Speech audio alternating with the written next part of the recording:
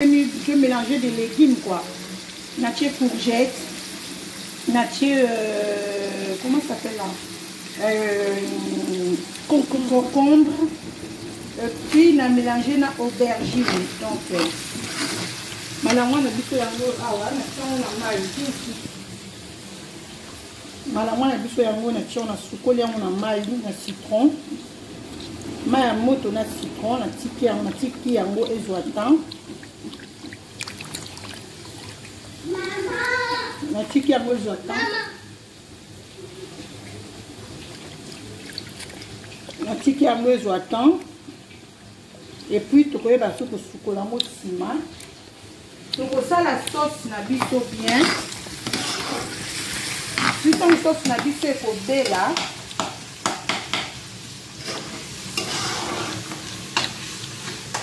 Tokoyeba ndenge tokoyeba korejoindre malangwa na kati parce que okoki jamais kosala malangwa directement tie biloko nyonso mbala moko non yango moni ya moto lamba malangwa epanzanaka.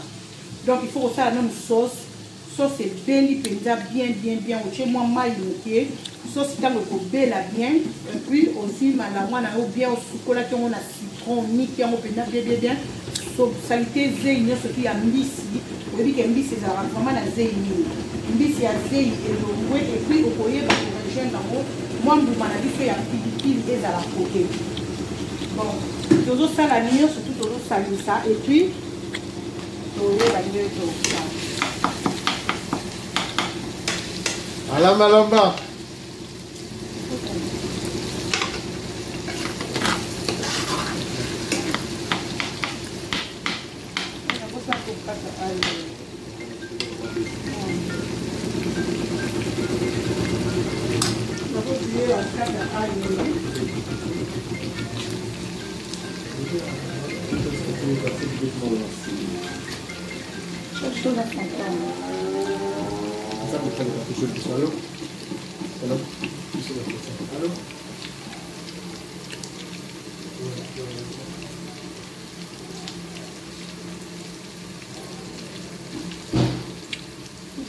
Kata matungulu, kata mubimba. Aïe, pardon. Quand on dit qu'il y a un côté, on kata pe aïe na on a maboko. Kata on ka miki. Et puis quand on fina. Awa koto on a zoka ninga. On zoka ninga tilapia.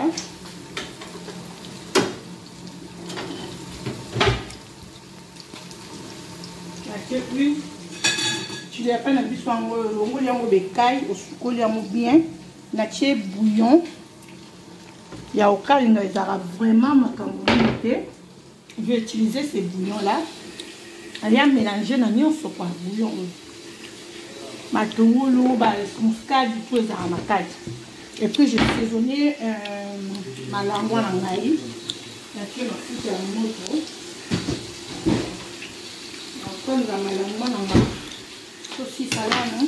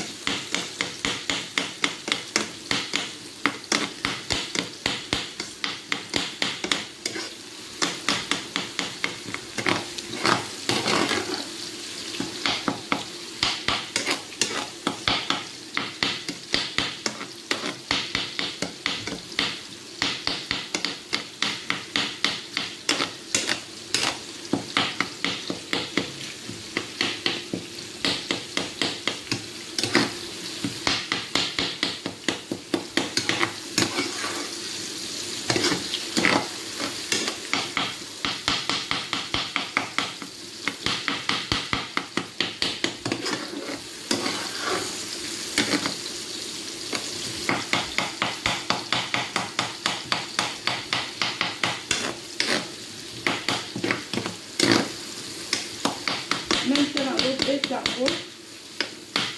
Je va bien.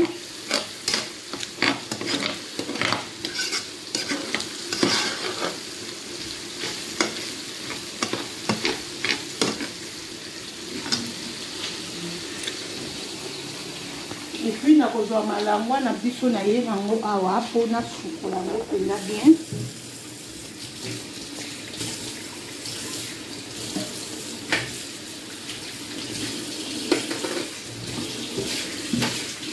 Sukola nango bien.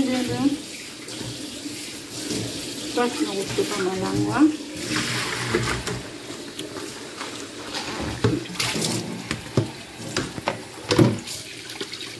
Sukola qui ont déjà na maille à citron, pour na sukola on peut na na maille ya normal.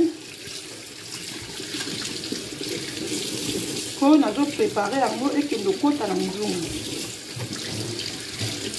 Bon, sukola déjà na ndenge belé, citron a dit qu'on attaque na kati ya ngolo, na boîte na sobel. J'espère que vous se comprendre. Nara et boucani bien. Donc on doit mailler.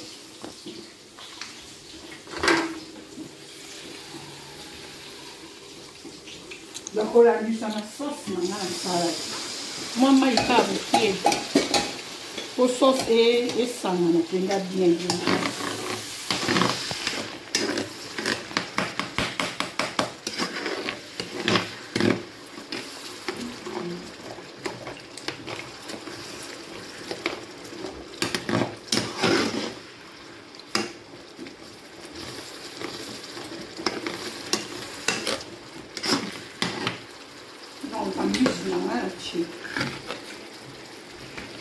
Nalambi yango bomoni ke na utiliser mungwa te, na utiliser un peu de kibu.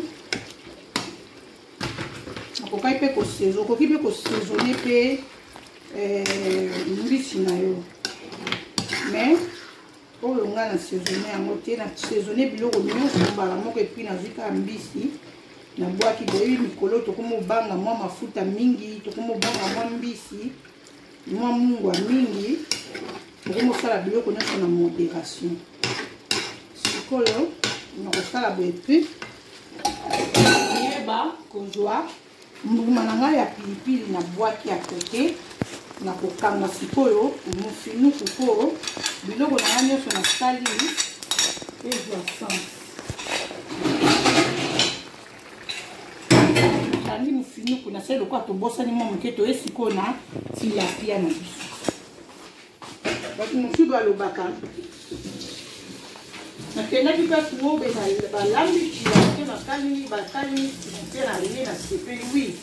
Bambi, soka, bien, poisson, et là, bis, babino, au moment boye. Au moment où il y a au calme, il y a au tumba, oui, au chandembi, au tché, poisson, au chandembi, au tché. Ferme la porte là. Au coco chandembi, au coco gingembre, au tobengaka gingembre, au tobengaka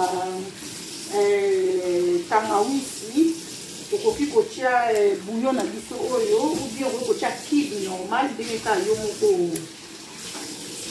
au sepeli, dengeka yo moko au sepeli, au coco matungulu oniki yango nyonso to ensemble na ail saisonner mbisi na oyo ya kotumba, mais ça c'est pas le cas. Donc mal oyo ya biso eza mbisi ya kokalinga, donc eza tilapia ya kokalinga yango na utiliser kaka bouillon oyo eza na nyonso na kati, eza na ail, eza na muscade, eza na nyonso banika yango ensemble. Sikoyo tokozwa poisson na biso bomoni eza pena compliqué te, donc eza compliqué te. On a déjà dit kaka bouillon ya pamba. Donc bouillon on eza na nyonso na kati. C'est ko chambisi na biso ya ko kalina. Moko.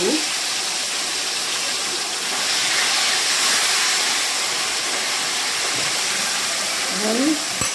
C'est très simple. Maman pour faire la cuisine, na yo pour la cuisine de la propre. Ko ba mso ba travailler, a vu ba sani, ba lutu, bilo ba mafuta, bilo ko nyonso tout ba basalite ya bamatungulu banini atiki esika moko azozela na suka sisi asisi kolamba ebonga bongisa non mwasi soko ozolamba en même temps ozobongisa esika ozolamba olambi okati matungulu osi matungulu oke na poubelle na biso yango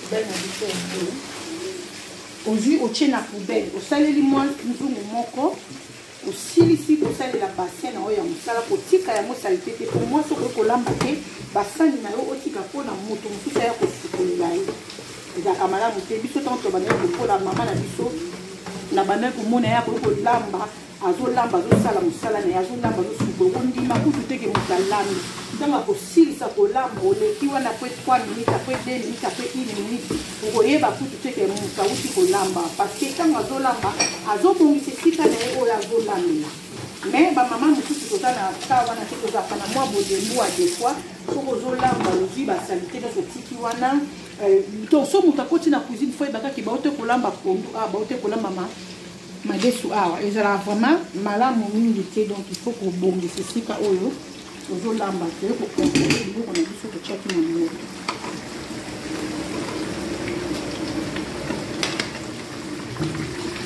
ozobalola ngo moko na moko yango nalingaki te ezala mingi lokola eza ya kolakisa nalingaki ezala moyen moko normal ekokana nzungu moko normal po nabalola ngo normal epanzana te esa omona mwa supu na biso te eza mwa lejolamo po tokozala pena na mwa besoin ya supu lisusu tokobakisa lisusu mwa utani ya mai mingi mpenza te okotya lisusu mpo naza vraiment na besoin ya supu na biloko oyo mafuta mingi te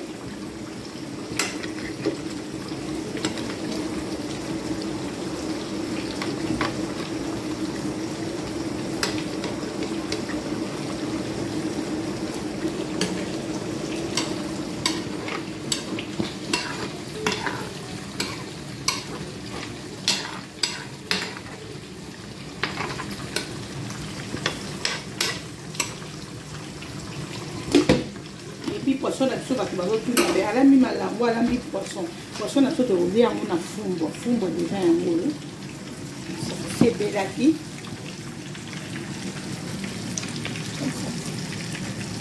fumbo yango esebelaki mbala nsima tokolakisa ndenge nini tolambaki fumbo na biso lokola tozalaki vraiment vocalize ya kolakisa kaka poisson na ndenge ya kosala poisson donc fumbo la prochaine tokolakisa ndenge na biso ya kolamba